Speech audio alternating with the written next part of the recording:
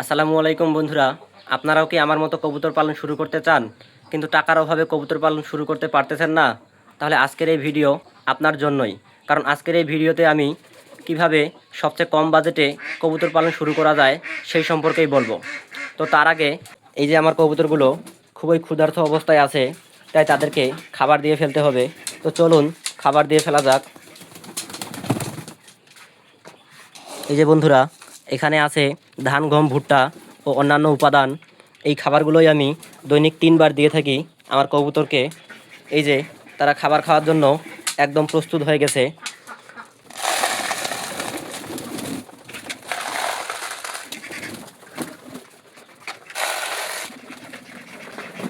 মাশাল্লাহ, দেখুন একবার, তারা প্রতিযোগিতামূলকভাবেই খাবার খাচ্ছে। তো বন্ধুরা, কবুতরগুলোকে খাবার দিয়ে ফেললাম।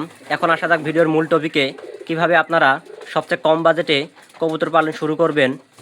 তো সবচেয়ে কম বাজেটে কবুতর পালন শুরু করার জন্য আপনাকে সর্বপ্রথমে 2 জোড়া দেশি কবুতর কিনে নিয়ে আসতে হবে। আপনারা চাইলে যে কোনো বয়সের দেশি কবুতর কিনে আনতে পারেন। দেশি কবুতর দিয়ে শুরু করতে বলতেছি এই জন্যই যে বর্তমান বাজারে দেশি কবুতরেরই দাম সবচেয়ে কম। আপনারা যদি 2 জোড়া দেশি বাচ্চা কবুতর দিয়ে শুরু করতে চান তাহলে আপনাদের প্রায় 4 থেকে 500 টাকায় হয়ে যাবে। আর যদি রানিং কবুতর দিয়ে শুরু করতে চান তাহলে 800 থেকে 1000 টাকার মধ্যেই হয়ে যাবে। আর দ্বিতীয়ত যে বিষয়টা থাকে সেটা হচ্ছে কবুতরের বাসা তৈরি। তো কবুতরের বাসা তৈরির জন্যও আমি সেরকম কোনো খরচ করতে বলবো না। আপনারা প্রথমে আমার মতোই এরকম ঝুরি পদ্ধতিতে কবুতর পালন শুরু করতে পারেন। এই যে দেখুন কত সুন্দরভাবে একজোড়া কবুতর এখানে ডিম দিয়েছে এবং তাদের বাচ্চাও বের হয়ে যাবে ইনশাল্লাহ। ঝুড়িতেই মাশাল্লাহ খুব সুন্দরভাবেই তারা প্রতিবারই ডিম বাচ্চা করে থাকে। আরও দেখুন, আপনাদেরকে পুরো ঘরটা একটু দেখাই।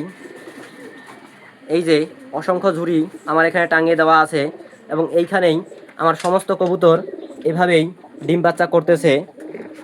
আমার মনে হয় কাঠের ঘরের চাইতে এভাবে ঝুড়িতেই কবুতর পালন করা বেশি সুবিধা।